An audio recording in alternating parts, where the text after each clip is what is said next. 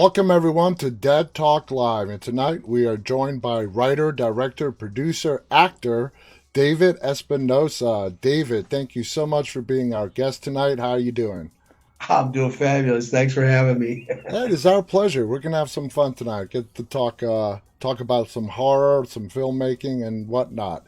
Now, looking at your resume, David, it looks like you started your acting career back in the late '80s, and then you stepped away from the industry for a while.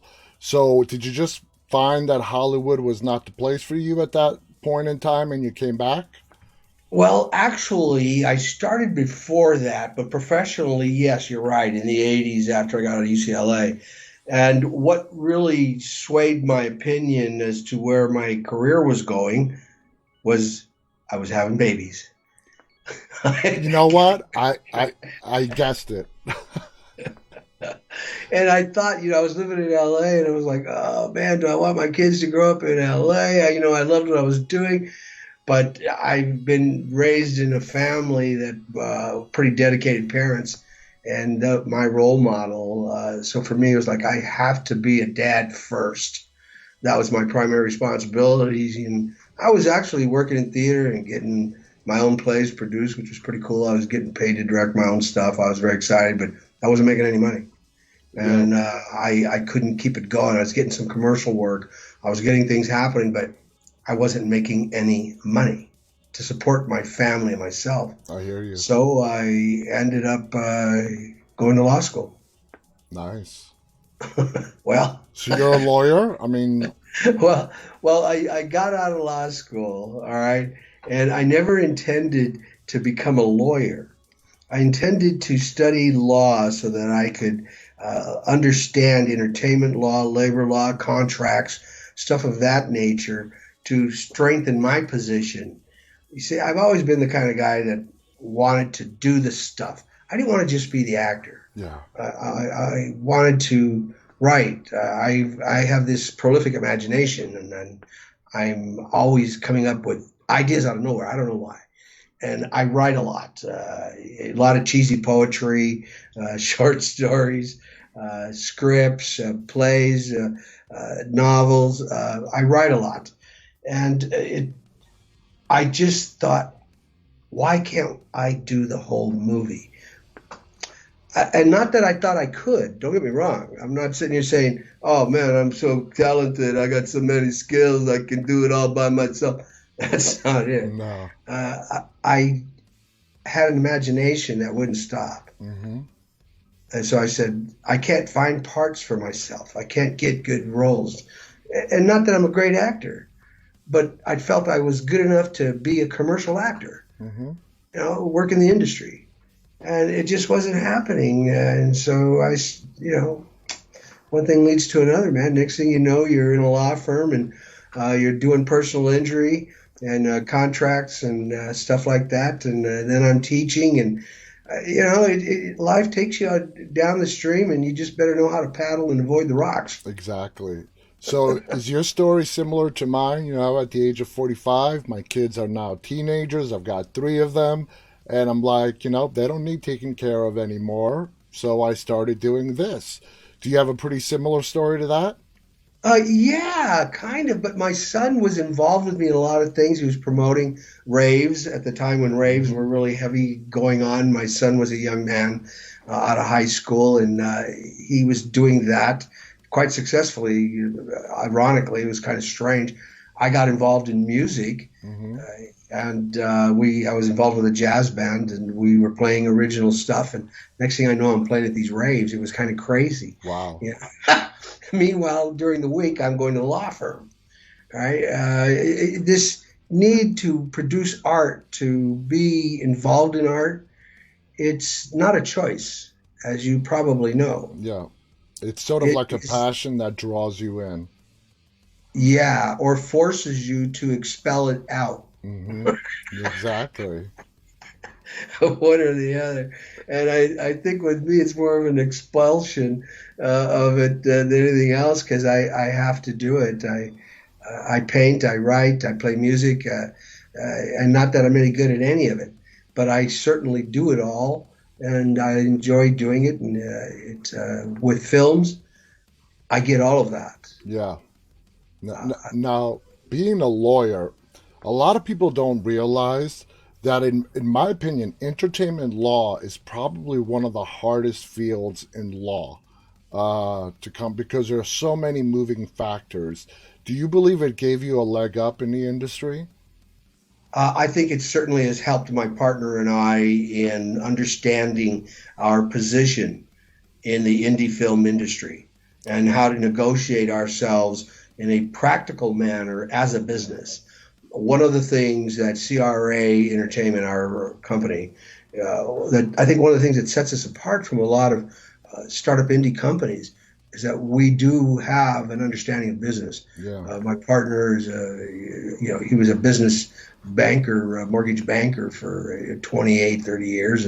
He's also a professional actor, SAG actor, etc., award-winning filmmaker. Uh, we understand both sides, Yeah. and that's the difference, straight out. And, having this creative talent, having this knowledge of law, I assume you built up a lot of contacts over the years that when you were ready to come back into the industry, there were a lot of people, connections that you have made that you could turn to. Well, yes and no. It's kind of strange because law is a very clannish environment. Lawyers hang with lawyers and talk about law things and work towards that because the nature of the business is such, or the profession, pardon me, is such, it demands full attention. Yeah. And that's why you get specialties. So I know a lot of people in these specialties, but they have nothing to do with what I do now. Yeah. And that it's kind of strange, and you meet people in different businesses. I also hold a real estate license in Hawaii. Oh. I was selling real estate over there for a while. I lived in Hawaii for a few number of years there, and all these different things that you do, enterprises, if you will, always involve people and different types of people Yeah. in different industry. That collectively has certainly helped us and helped Yes. me. Yes. Absolutely. Absolutely. Absolutely. So let's talk about The Evil Down the Street. All right. You wrote it, directed, you were a producer, and you were an actor in it. Uh, Well, I didn't write it. Let me just make that correction. What I okay. did was I co-wrote it. My partner Craig Aarons wrote the original script. And when I first met him, he brought this script to me and asked me if I'd read it. And I said, okay. And I read it. And he asked me for a critique. And I said, well, do you want a critique or a compliment? And he said, well, I really want a critique. What do you think?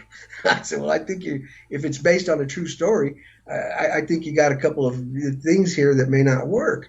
And he said, well, why don't you go ahead and have at it a little bit and make some suggestions? So we tweaked it a little bit between the two of us, and we tweaked it enough where he asked, he just told him straight up. He goes, I'm going to put you as a co-writer at this point. I Okay. said, well, thanks. I appreciate it. And yes, I did direct it, and I did act it. I played Father Bob Mm-hmm. in it, the notorious Father Bob. Yeah. And co-produced it with Craig. But as a producing entity, I have to say my partner certainly was the lead in that. He took and takes and still does take the lead in that responsibility as a producer. Now, you just mentioned a while ago, you're a big writer. You've been writing for a while. Is writing, out of all the things, whether it's directing, acting, or writing, what would you say is your biggest passion? Would you say that it lies in writing? Wow, I've never been asked that. That's a good question. I've never even thought about that. That's wow. Uh, as I sit here and weigh and balance these things, right? The horns of the dilemma. As I sit and weigh and balance these two things, thinking about them. Without the writing, there is no directing unless I'm directing somebody else's stuff, which I've done. I love directing. There's a certain amount of focused energy with directing that you don't get. But then again, writing has such a creative channel. I don't know, It's just separate beasts altogether. yeah, they're two different processes totally, because when I'm directing, I'm working with actors. And my job is helping the actors find the truth Yeah. within the character and be able to say those lines given that truth. So it's a different focus than when I'm writing. When I'm writing, I'm thinking about other elements. I'm thinking about plot. I'm thinking about character development, thematic understanding or statements involved in it. I'm thinking about Mhm. action, a conflict, basically conflict in every scene, etc. And does it make sense? So there are two different approaches to it. That's I think why I love doing this so much because artistically I've never had anything that's involved so many complex artistic elements and people. And that's the other part. It's not me. It's the beauty of watching all these people come together, and it's like they all of a sudden everybody sees it and they're like, yeah, and it's this and the lights this way and the sound. It's amazing to me. I every time I see it, I not only get shivers of fright, uh, but I get thrilled as well. So take us back to the first film you ever directed. What kind of experience did you have when you first took on that role behind the camera? Wow, that was a crazy one. It was a crazy one. I was involved with a film that I first got involved as an actor. I saw this poster for this film that was being developed, and the character portrayed looked so honest and real. Hmm. I was like, wow, that looks so interesting. I was blown away by it, given the subject matter and the character. So I actually contacted them. I said, hey, this is what I do and who I am. If you think I might be of value, give me a call. They auditioned me for a part that they wanted me to do, one of the principal roles. I got cast in it. Wow. And when I started working on the film in about 2 weeks, the director took a hiatus. In the middle of the film. Yeah, for whatever reason, I'm not sure. I soon found out down the line, but a year later, next thing I know, I'm asked if I would be interested in directing the film. Because in being on set with people, you watch what's happening, especially when you see there's some issues. Hmm. It's hard not to say, well, maybe they should do this or try that. And pretty soon people are going, hey, what would you do? And next thing I know, I'm directing this movie, right? Yeah. Uh, and I'll be real honest with you. I was never taught film directing in any academic environment. I was trained as a stage director and actor. Hmm. That was my training, straight out. Yeah. And heavy Stanislavski and approaches, but I was trained also as a director by film directors. I don't know, I'm going to really date myself here. Have you ever heard of a director named Michael Gordon? Yeah. It's, Yeah. Yeah. I did. I have actually. he's passed away now, Yeah. unfortunately, but he directed all the old pillow talk comedies, romantic comedies with Doris Day and Yeah. Rock Hudson. Man, that's going way back. That's what I was telling you. I was going to date myself. This guy, well, I studied with this man, Wow. and he was just an awesome human being, first off, but he really understood film directing and the purpose of what a director's job was. It wasn't cinematography. First thing he made clear to me was that your job is not staring behind the lens of the camera and framing the shot. That's why you hired the cinematographer. The DP. Trust your Yeah. cameraman. Yeah, trust your DP. Exactly. He said, your job is to connect with the actors and help them give life and truth to what they're doing in the best way possible. So I took that to heart, and then from there, I've studied films, watching them. Hmm. I won't even get into how many films I've seen. There was a period of time when I would watch 3 films a day. Yeah, every day. And if I liked it, I'd rewatch it and I'd start examining it. Because remember, you're looking through the camera, the Yeah. director's eyeball, right? Hmm. Why is the camera there, and or over here, Yeah. you know, or up here or down here? And once you understand that That's the same applicability in terms of angle that we use on stage. You So just have a wider variety. it's pretty similar. It's very similar. Yeah. And when I understood that, because that's what lighting does on stage, it focuses the eye Mm-hmm. where we want people to look on a broad scale, a broad shot, fully lit stage, or on a really tight romantic shot, downright Yeah. out stage, playing it soft and romantic. So, it's the same thing with camera usage, if you think about it that way. And so once I started getting why, I started making some sense of it. And trust this, man, I'm no great director. Okay, I'm a student of life and the arts, and I'm just blessed that somebody thinks it's worthwhile to watch, and that actors trust me. Well, I love a line that I heard like 70, then this is going to lead me to my next question. 70% of directing is casting. Now, in that first movie that you just described, you didn't get to pick the cast because you came in after the movie had started shooting. What kind of a difference does it make for you as a director playing a role in casting as opposed to your first film where I assume you did not have a role in who got cast? Absolutely, it makes 100% difference. As a director, I am totally involved in casting for this reason, and I will cast an unknown. I want to see if you can take direction. So the first audition you do for me, after you've taken the sides and you've studied them and you brought them back and you do something and I like you, I don't even look at your reel or your resume Mm-hmm. until after I like you. Then if I like you, then I look at your resume, your reel or whatever, and then I will redirect you.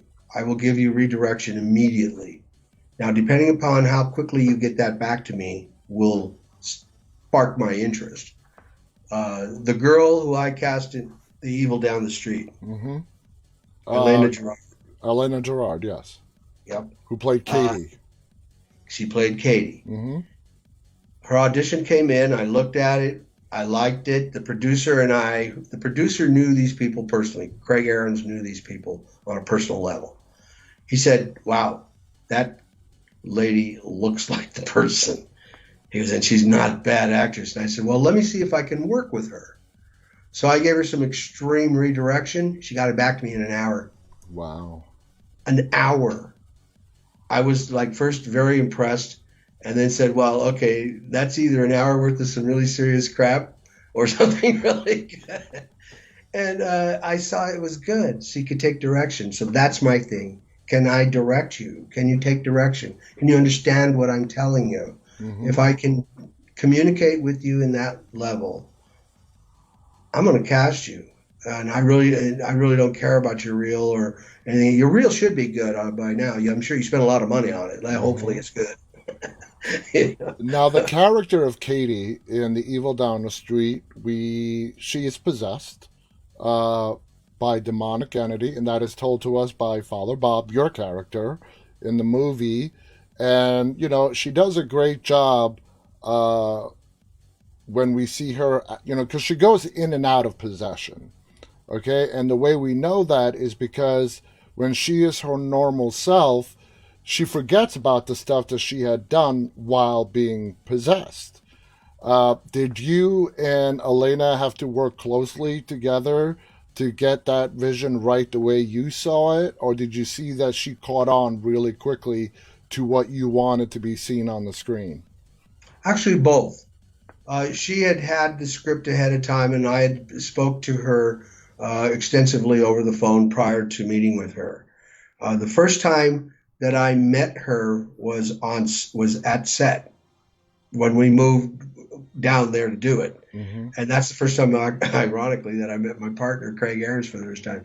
We planned the whole movie, 11 months of pre-planning over the phone and on the internet. Mm-hmm. He lived in Orange County. I lived up here in the Sacramento area, Northern California. Now that's the norm. Now that's the norm. Yeah. So it was pretty cool. And we've done 4 films that way. But back to her, we focused on what this person's faith is and where her weaknesses are. Because generally, faith is tested not in your strengths, Mm-hmm. about how much good you do, but in your weaknesses and how you deal with your weaknesses in a real life situation. Do you succumb to them? I so totally agree. Yeah. Yeah. Whether anybody knows it or not, did you eat the cookie? And so she understood that, and that weakness was her wanting to drink, and drink made her turn into this lustful person. Mm-hmm. And that generally for myself, the evil within us is that those things we can't control. So that was metaphorically her inner demon was the Sure. booze. Absolutely, and how it destroyed her family, her lack of faith. But at the same time, was it? Here's a question I'm going to pose to you and your audience, and nobody has to respond. Mm-hmm. Do you believe in demons and ghosts and the supernatural? Now, hold that thought. If so, how could you not believe in God? Exactly. And Absolutely. so, yeah, it's a paradox, and it's a truth. If one is accepted as such, the other must be as well. Same thing And goes, do you believe in God? Oh, yeah. Then you have to believe in the devil.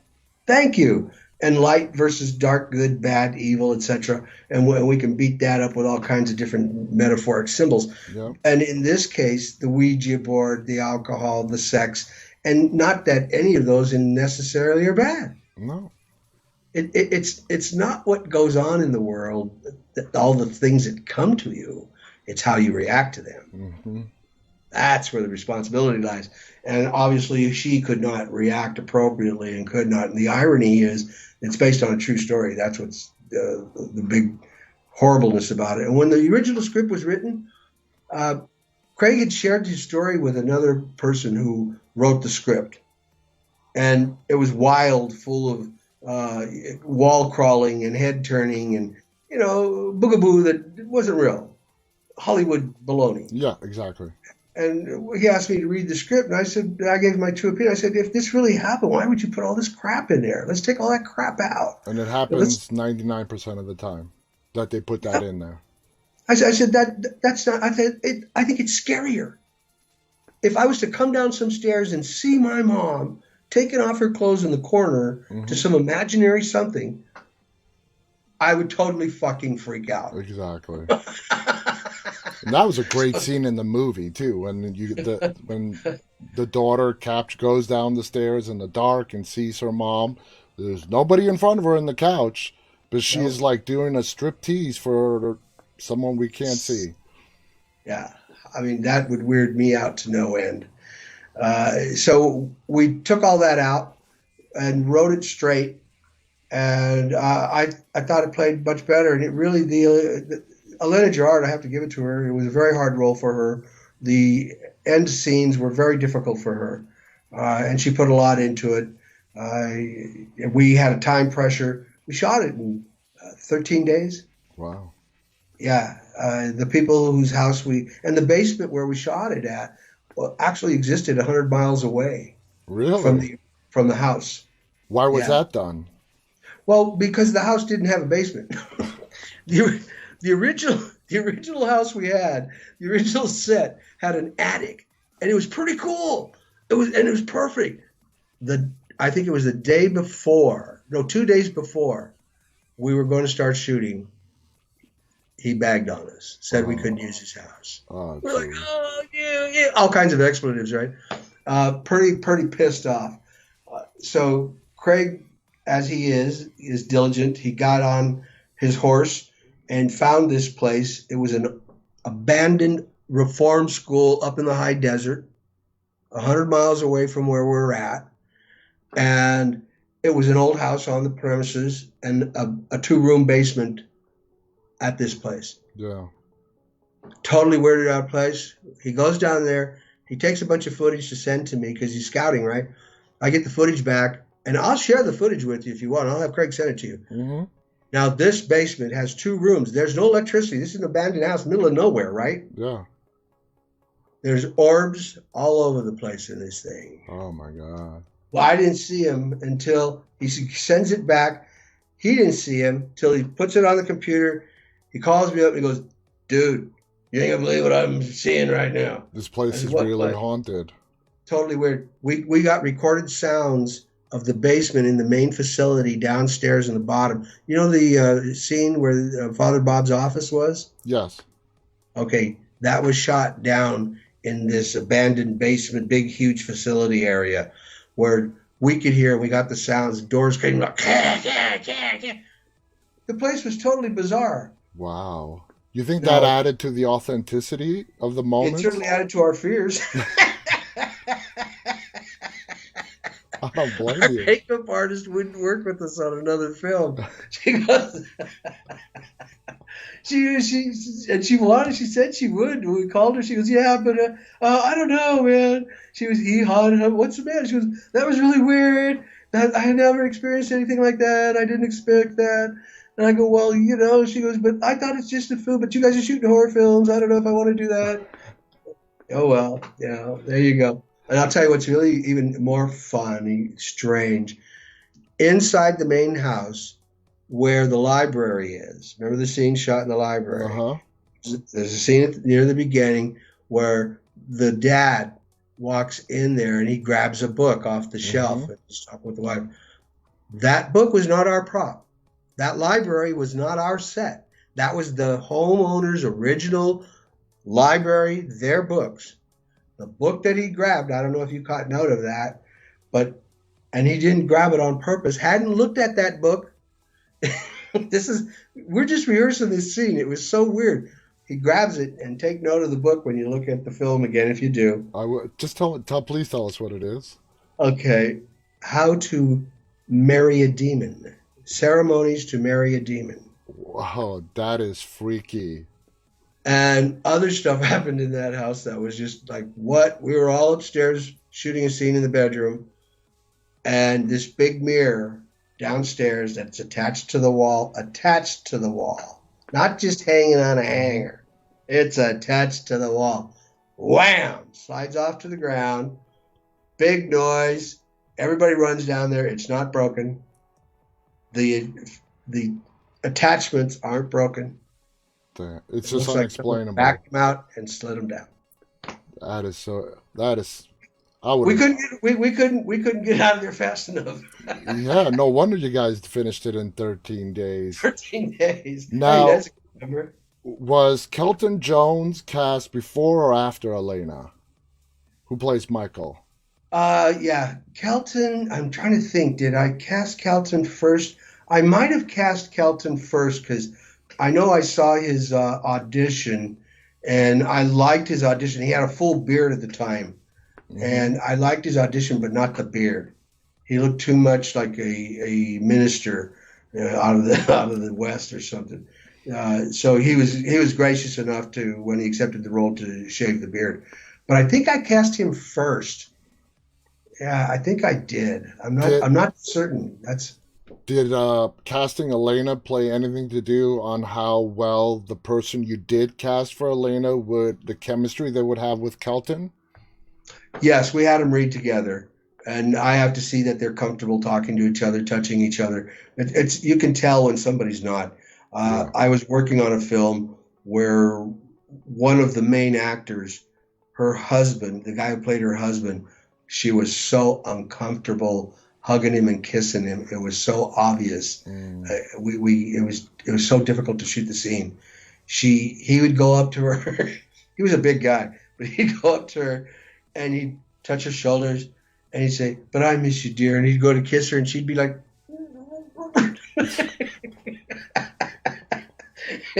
I was dying. I go, "Okay, wait a minute, wait. This isn't working. Let's stick a lemon in her mouth, make them lips pooch out there or something."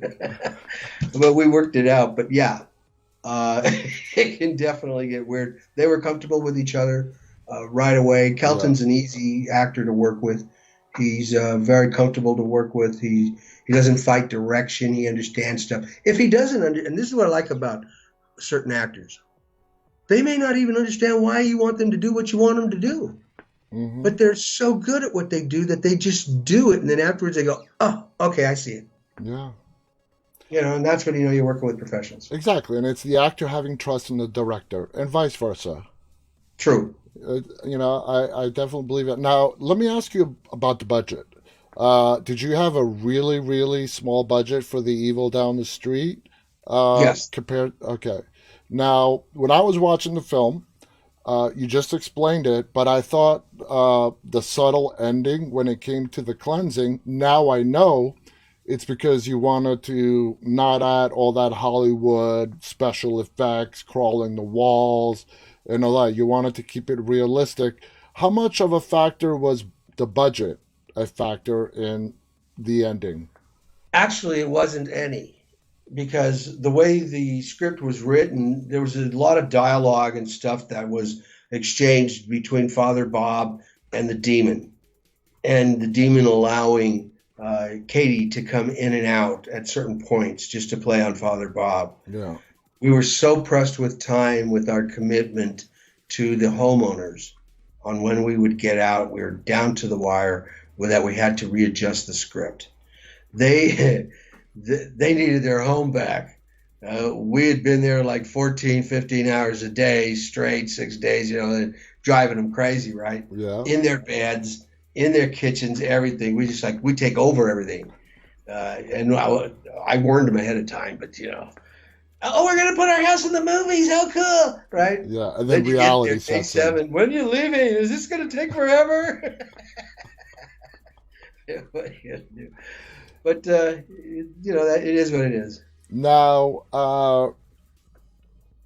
your character, Father Bob, okay, through the demon, when the demon is talking through Katie, she references a 12-year-old boy, Right, wetting the bed, and right. it references to, it implies that Father Bob had a difficult childhood growing up. Something Yeah. happened to him, but it was never fully explained. Was that how the script originally went, or was there a backstory in the script that ultimately, when you were directing, you felt that it was better left unsaid? Um, Originally, the script was written. Father Bob was a wired framed, glass wearing, bald headed, chubby old man. Friendly neighborhood Father Bob. Hello.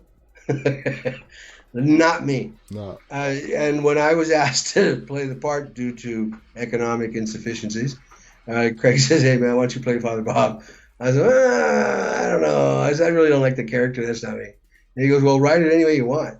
I said, "Well, all right." So what I really just did was change the backstory for him. Okay. Uh, I, I, yeah, So I made him the guy who grew up in the street, come from the hood. His mom was a junkie, had a tough life, went to prison, tattooed himself with crosses to keep evil out of his life, drank. He was who he was. He wasn't all that nice a guy. He dealt with demons. yeah, exactly. He wasn't concerned if you liked him or not.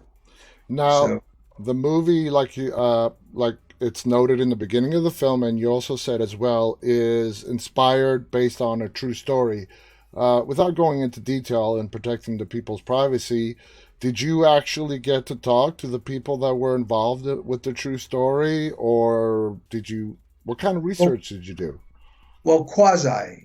The script was written before I met Craig. Let me give you a little backstory with how we Hmm. met. I was involved in that crazy film I told you about for a long time. One of the guys on it, a man named Todd Chase, kept telling me about Craig Ahrens, this filmmaker I should meet. That he's straight up, he's a good guy, we'd get along. For about a year and a half, he hounded me. Finally, I said, "All right, I'll meet him, set up a meeting." So we met, and he was right. Craig Ahrens was a stand up guy. He was into the real deal. He said he had this script. Craig wrote the script. He knew these people personally. Okay. I didn't. So I accepted as truth what he presented, except for all the Hollywood, Hmm. stuff. Absent that, I accepted it as truth. And that's when I said, wow, wow. How long? And he knew him for quite a while. He knew the family for quite a while. He saw all some crazy stuff that went on, and that to me was frightening. If you addicts and people who are demented from drug use, extreme drug use, they're not right, and they do crazy stuff. Mm-hmm. I knew this guy who thought demons, not demons, but people who were trying to rip him off were coming out of his toilet, that they actually lived in a room down there. I'm like, man, ain't you a little worried when you sit down, man? But yeah, so how do you deal with that? I accepted it as truth. Now, here's the thing. Think about comedy for a minute. How crazy some of these antics are and whatnot, and what makes it really funny for you. It's when they play it for the truth of the matter. Yeah. When they really play it for the reality, that's when it's funny. That's why the Three Stooges were so damn funny. They played it for the reality. Exactly. That makes total sense. Now, I assume you were, after the shoot was done, it goes into post production. I assume as a director, you stayed with it, throughout the post production process. The going back to the ending through the cleansing, I guess we could say, of Elena, and then that final scene with the car pulling out of the driveway down the street, and we see the curtain on the second floor window, closing, like the demon is still there. Did you have to, working with the editors, did a lot of stuff end up on the cutting room floor, or, did you manage to put in everything that you wanted into the film? Two things. One, as to the actual ending, the cleansing aspect that you were referring to, that we had to cut around a lot of stuff. Okay, we had some issues with that.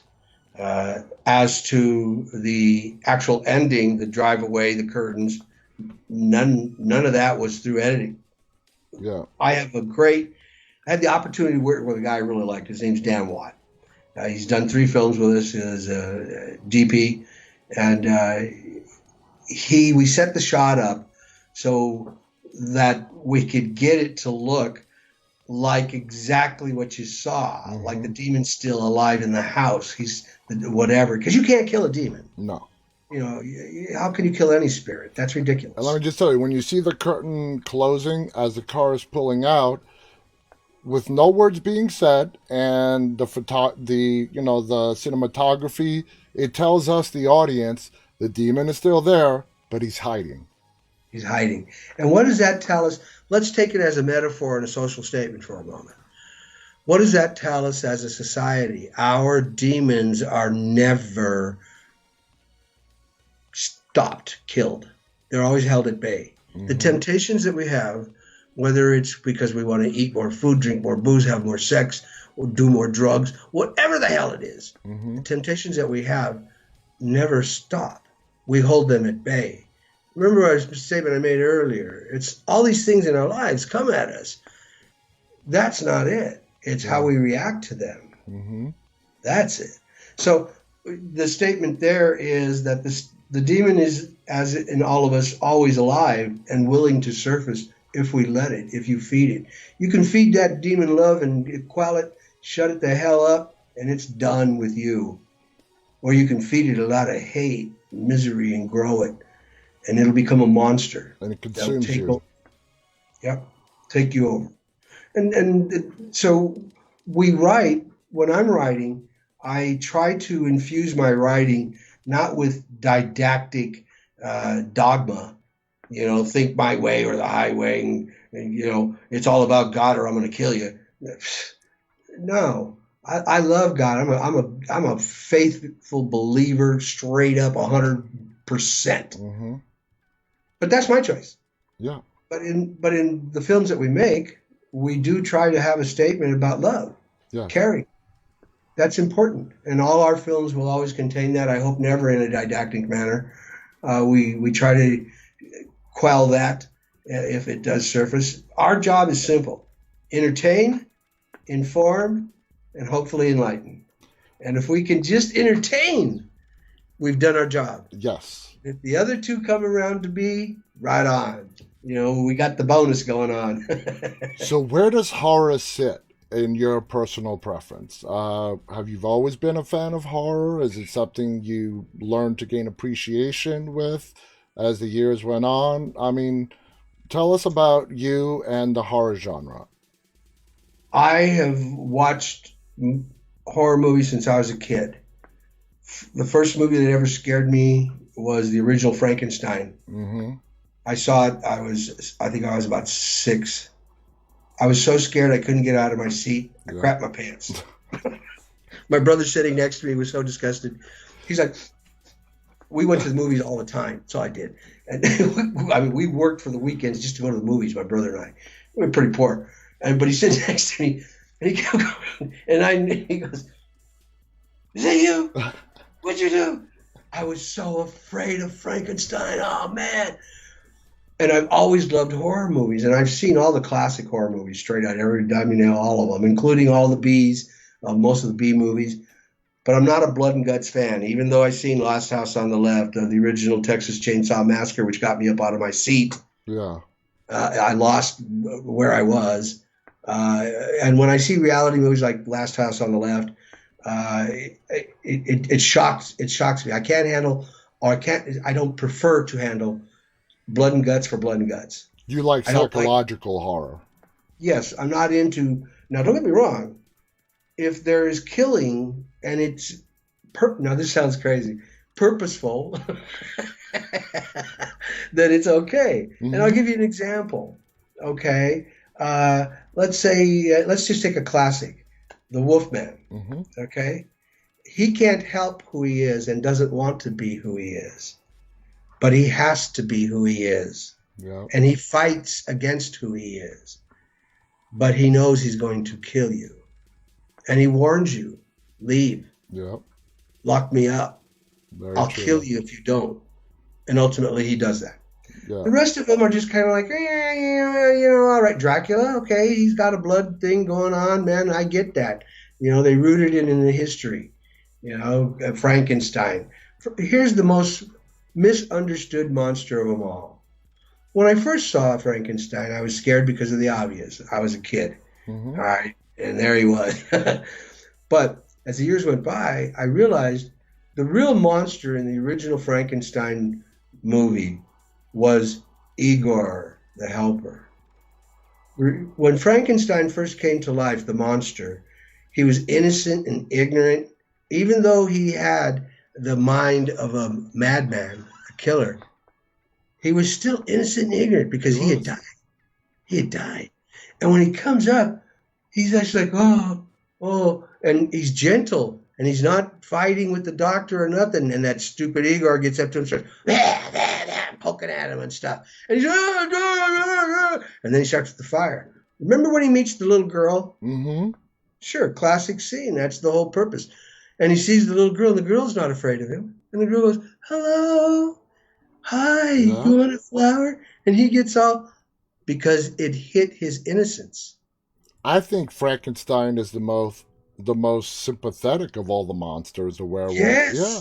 Yes, absolutely. And the town's village and the ignorance and everything else made him the monster, and ultimately he has to become that to protect himself. The other night on Svengoolie, they played Son of Frankenstein. Bela Lugosi plays Igor, Yeah. Boris Karloff plays the monster, Basil Rathbone plays the son of Dr. Frankenstein, comes back, brings him back to life. Extremely well acted. The sets are gorgeous. It gets a little hard because they don't put music to everything. Mm-hmm. And not like most movies now where we use music so much, Yeah. to pull the emotions and keep them in the movie, But that didn't. It worked on light, movement, sound. Was very scarce. But it was a very well done movie. It was a long movie too. It was a very long movie, but extremely well done. How do you compete with those nowadays? Alien, Scary movie. And look how Oh yeah. little they showed the monster at the beginning. Hmm. You know, you got glimpses of meh, When he you know, and then first he's bursts gone. out of the chest. I mean, it's just Yeah, this little exactly. tiny thing. Yeah, I loved Alien. I thought it was a scary movie, you know. But all my life, yes, Exorcist. I loved it when it first came out. I went home. I was a grown man already. Went home and thinking about The Exorcist scared me. You know, Amityville Horror. Okay, You and know that what whole. scared me as a little kid? This is going to sound ridiculous, but the flying monkeys in The Wizard of Oz. Oh, are you kidding? My wife to this day is terrified by them. That terrified me. But they were scary. Mm-hmm. And we're talking They about were. 1939. Yeah, and look what they're doing. They gut the scarecrow. Mm-hmm. I thought that was a horrendous scene. Horrendous scene. You Yeah, know, so, and the Wizard of Oz is not a horror movie. I mean, it's not. well, are you sure? I don't know. I mean, it scared It's a me. fantasy. It's certainly a fantasy. You know, but think about some of the great types of fantasies. Alice in Wonderland. Yeah. You know, a drug-induced crazy dream. You know, with people getting their heads chopped off and you know, Mm-hmm. caterpillars smoking dope and coming alive. I mean, uh, Yeah, you're right. Those are, if you really look at the core of these movies, like The Wizard of Oz, Alice in Wonderland, they are kind of scary. yeah, yeah. It's like the old cartoons. I taught for a lot of times, and I had a Saturday morning contracts class I was teaching to graduate students, and it was at 8 a.m. So I tell them, look, I get up and watch cartoons. You know, okay, you stimulate the brain, right? Yeah. So I tell them to watch certain cartoons, and if they came and they told me what the cartoon was about, I'd give them extra credit. So, but the cartoons are extremely sophisticated, and the jokes are adult jokes. Bugs Bunny and Daffy Duck. If you Oh, listen yeah. to what they're saying, you're like, what? It's crazy, I man. So remember that. Yeah, yeah, yeah. I mean, what are your feelings? Like Frankenstein is a good example. It's been redone on TV and movies. Robert De Niro played right, the Frankenstein's monster. What are your feelings? Taking classics like that and rebooting them. difficult. It's a I think, yeah. You're taking on a big responsibility. yeah, you are. Uh, the problem that you need to overcome is how the monster loses its evilness. You Hmm. see, what happened with Frankenstein is it became play. You know, pretty soon they met Abbott and Costello. You know, and we went on and on and on. Mel It Brooks became a did joke. Young Frankenstein. Thank you. I love that film, I but do yes, too. exactly. And then we had the Munsters. Hmm. Let's just really sum it up. And so once you take out that scare, what are you going to do with that now if you try to redo it? It's difficult. Not only Yeah. that, the original, taking something original, and how do you redo that? I mean, it was such a difficult thing. Star Trek, as an example of technology, one of the few types of films that can do that Hmm. because they can continue to redo greater technology and the imagination that way works much differently on computers than it does, you know, with film. Yeah. So I don't know. I think it's like Dracula. We have an idea for a Dracula film that we were thinking about, a vampire film. Like, how many vampire films have you seen? A lot. Oh my God, there's so. And I got to tell you, I'm like, I really don't want to do a vampire film. I mean, come on. It's like, You what else know, can we do differently that has not been done? exactly. And it gets crazy after a point. We did a film called The Crumbs, Hmm. and it's out there right now, and it's a twist on a lot of sick people in the world and how what we do to survive, how humanity is. And you know, there's cannibalism in it, there's incest, there's some things going on in this film, but we tried to create characters that interact in such a way that we bring their humanity out that's appreciated Hmm. and understood. Now that's kind of difficult when you got a family of murdering, Yeah. incestual people. Like trying to find sympathy for the Sawyer family in the Texas Chainsaw Massacre, you know? Thank you very much. How do you do that? Well, we think we got pretty close. Some of the best comments I've heard about the Crumbs was, you know, at the end, I felt like I didn't feel like I should hate them or not like them. I kind of liked them.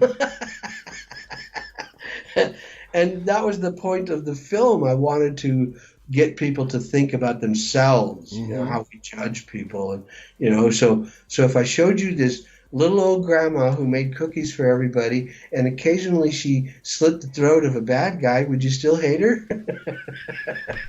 That's he, we do what we have to do. exactly. We're almost out of time, but I do want to ask you if you were to go back 20 years, in the last 20 years, is there a director that, inspires you that you really enjoy their work? Now, you are a director, you do view movies from a director's point of view.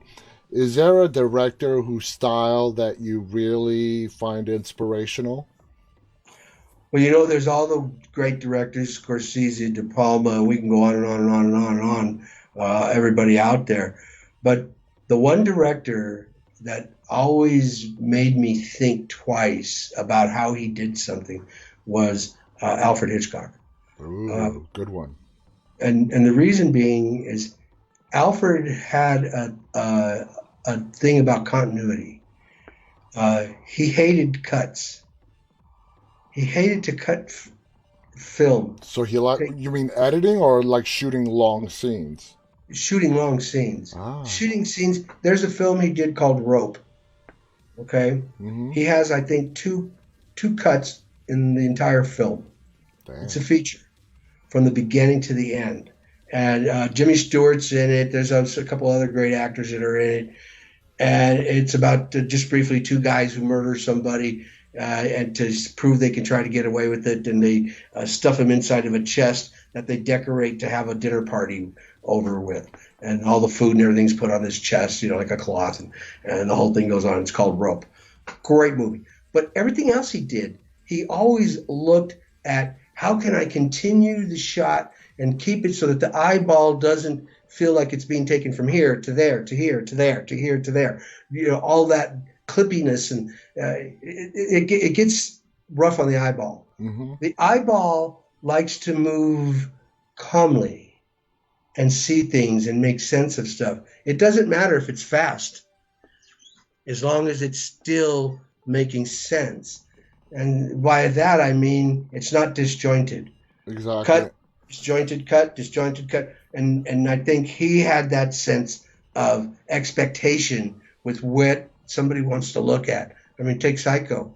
Mm-hmm. How many shots it took to get that chop scene, the stabbing scene inside the shower. Wow! Incredible amount of shots he took over a period of a week to get that one scene. Yes. And that's the type of stuff. As they say, I think it was Scorsese said, it's the little things, the Mm-hmm. details, the details. My friend, my partner, Craig Aarons, madman about that, supervises all the editing with our work. Little tiny stuff, a tenth of a second, something. Well, look what happens. I love that. That's crazy. Because all those little details add up.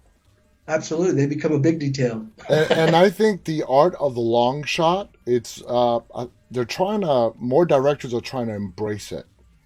I feel. I see it now more and more, and I notice it that there's no cut. It's the camera following the sequence, the people going from one room to the next, and I whatnot. If you've seen the film The Crumbs, our film The Crumbs, the opening shot, the opening scene was 5 scenes we shot in one take together, one Nice. take, all the way to where the big guy Lenny grabs the club after strangling the guy upstairs, grabs the club downstairs and is getting ready to run out to the lab and help the doctor. From the beginning inside the car, when it first starts, all the way pulling into the driveway, out of the car, into the house, and everything they do, and including up the stairs. is all preset. These I like to work with Nubis cameras. I always do. And my camera people were so on it. They were so we walked through it a couple times, and I said, now remember, once you get out of this spot, you got to get out of the frame. You got to run around Yeah. back and pick up this position. He goes, yeah, yeah, yeah, yeah. One take. At the end of that Nice. take, the entire set exploded. People just, wow, they couldn't believe, because I said, folks, we don't have a lot of time. It's late. This is it. We got one shot. They did it. It And was you so cool. nailed it. You Yeah, nailed it. five major scenes from exteriors, interiors, including cars and moving upstairs and downstairs. When you look at it again, keep that in mind. I'm gonna look One at it take. again. Now, before One we take. go, what's should we look out for that's coming out from you and your Well, company? we have two new films on the way. One of them hopefully will be released in about the next 2 to 3 weeks, and Okay. it is called Love in Quarantine. It is a romantic horror-comedy. Okay. Romantic horror comedy.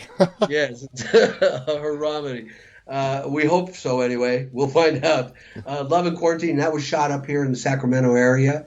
Our other film is called Demon Fighter, and we're very charged up about this film. It stars John Azuna. Hmm. He currently can be seen playing the Scarecrow in Matrix, and he also appears in no, that's not Matrix. It's Venom. That's Venom. right. Okay. The Okay. new Venom release. He Yes. plays Scarecrow in that, but he's also in Matrix. The new Matrix 4 that's coming out. He's in that as well. John Azuna, Master John Azuna, I shall say. So we're excited about that film as well. That should be out just before Christmas. That's awesome. Two movies coming out just before the end of the year. David, Yeah, we are out of time. This hour flew by. This was a fascinating conversation to thank talk you. about your movies, The Evil Down the Street, horror, movie, filmmaking. We got the whole package. I want to thank you so much. Any final thoughts you want to share before we go? Yes, you can catch us on Amazon, IMDb TV, Tubi TV, and Roku. You can catch Exactly. our movies on there, The Evil Down the Street and The Crumbs on those stations, those channels. And the Evil Down the Street is available with ads on Amazon, Tubi. It's IMDb TV, exactly. Roku, all those, as well as The Crumbs, both of Yeah, them. check them out. Great movies, David. Thank you so much. I want to thank Thank you for our. having me. It was my pleasure. This has been such a fun hour. Thank you to our entire audience who's watching it live and will watch this archived. Thank you to David Espinosa again for being our guest. Till next time, guys, on behalf of David and myself, stay safe and stay walking. Good night. Thank you, folks. Peace.